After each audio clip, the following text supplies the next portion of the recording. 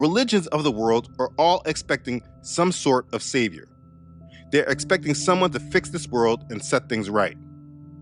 I don't believe that this overall understanding is something that is understood outside of everyone's personal religious understandings. What I mean by that is that if you are one that the world calls a Jew, you know of the Messiah that you're waiting for. But you may not understand that Muslims are also waiting for someone similar. And Christians may not understand that both these Jews and Muslims, who have a completely different belief and faith than them, are also believing in the same figure as well that they're waiting for. You see, the world is looking for a savior. And the world is looking for a savior. But many are not looking for the actual savior. If you read Daniel chapter 2 and you scroll on down to verse 35 and verse 44, there you can find the actual savior, the true power, the God of all creation, who all people should be looking for, looking forward to see, paying attention to all his doings that is going on today. The world is blinded by spirituality and religion, different ideologies, different doctrine, camps, congregations, messiahs, Davids. The world is under an illusion, very confused. But to make things simple and plain, you must read and search for the true Savior. So what I have up here is little mini footnotes of mine where the God of heaven, the King, the power, the true strength, the fountains of the living waters, Yahweh of hosts is his name, clarifies, states that he is the Savior, that he is our King. So unto him is who the world shall be looking unto, right? But when you're blinded by the foolishness of the prince of darkness, which is the Amalekite Edomite, up under the umbrella of the Rockefellers, Rothschilds, Zionism, right? Also the Theodore Herz movement that took place, you know, a little bit after 1896, because that's when William Crowdy started teaching the so-called Negro that they are the true Jew or Hebrew Israelites. So Theodore Herz, a Jew, an Amalekite Edomite, right, held a private meeting, and that's when they came up with fake Israel over there in the Mideast and created Israel and took it out of the Americas and put it over there in the Mideast. You know, so you have things like that, stuff that took place within history that can kind of dilute your understanding, right?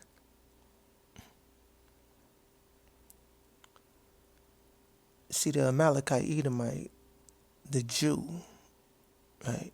The powers that be, Illuminati boys, Mason boys, those who have dominion, who pretty much run things, the bankers, right? They created so much confusion by having their own secular version of the book, their belief, their Messiah, their King, their Savior, right?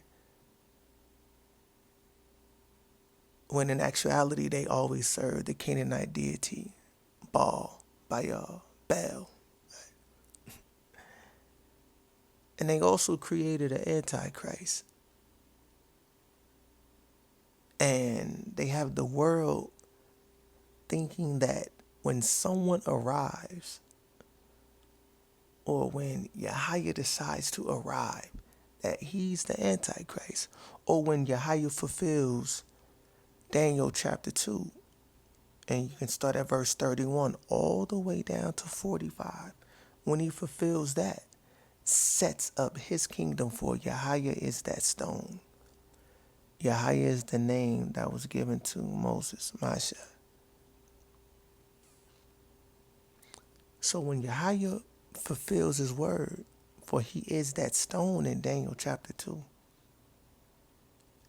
and he sets up his kingdom, restores his people, bring down the nations before us and the Amalekite Edomite Jew, when he fulfills his word, right?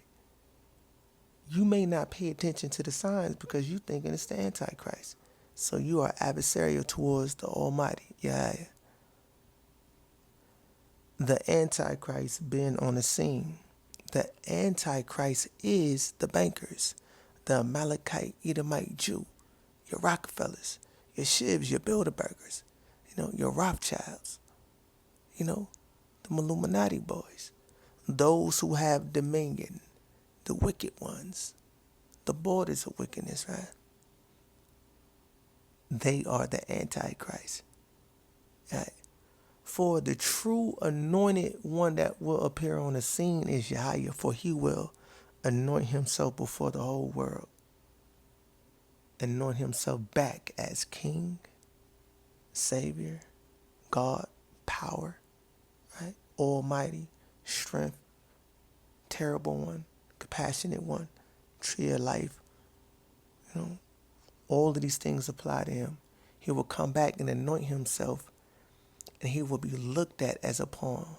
He will be looked at as all of those names that I just mentioned. And the world will now see that the King of Kings, the power of powers, the King over all dominions has returned. And you shall see who the enemy is, the Amalekite Edomite. Some of you don't know who Amalekite is. Amalek is the grandson to original Esau. And his line, not all of Edom, not all of Esau's line, is against Yahweh. Only the Amalekite Edomite. That's why we see it throughout the book that Amalek came up against the Israelites coming out of Egypt. Agag, Amalekite Edomite. Haman, Amalekite Edomite. Hadad, Amalekite Edomite. They are the only ones that come up against the true children of Yasharallah, children of Israel. Israel. For they are the enemy of Yahweh and the enemy of the Negro, and also the enemy of the Gentiles. For they have lied, manipulated, fooled, tricked the Gentiles, placed them in leadership positions, gave them things that was worthless, has no value, made them feel superior when all along they are just a stepping stone.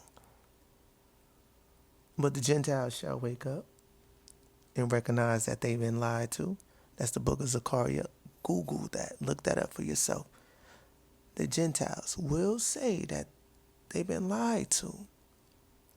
And they're going to cling to the true people of Yasharallah, which is the so-called Negro. So the world, they should be looking towards Yahweh. And when you hear someone speak and exalting and bringing a message out, don't look towards fiery, passionate speeches. For Yahweh doesn't do well with that. And we see historically what fiery, passionate speeches what has happened to those who claim to be leaders and activists for the people. They were assassinated, unalived. Don't be revved up in thinking that a passionate speech equals out that person has the ruach, the spirit of Yahweh within them. It is soft, compassionate tones. For Yahweh is soft and compassionate, but fiery in wrath. And no man, no leader, no activist of either nation is God or Yahweh. So they can't speak. They can't be in that same level as Yahweh. For Yahweh speaks of wrath and he turns fiery. Right? But men can speak in that fiery tone and still get unalive. For he seeks his own glory when he does that. But we must glorify Yahweh first and uplift him. Look to Yahweh, for he is the Savior. Look what's going on in the world, for it is his doing. And look at your enemies. Look at the enemy. Look at the economy. Look at the leaders. Look at the elite. Look at how they exploit us. Look at how things are backfiring. Look at what Yahweh is doing in these so-called Americas. For the Americas is the promised land, belonging to the children of Yasharallah. You look to that, you will see Yahweh all in it. This is part 1, and the world is looking for a savior, which is Yahweh. Baraka.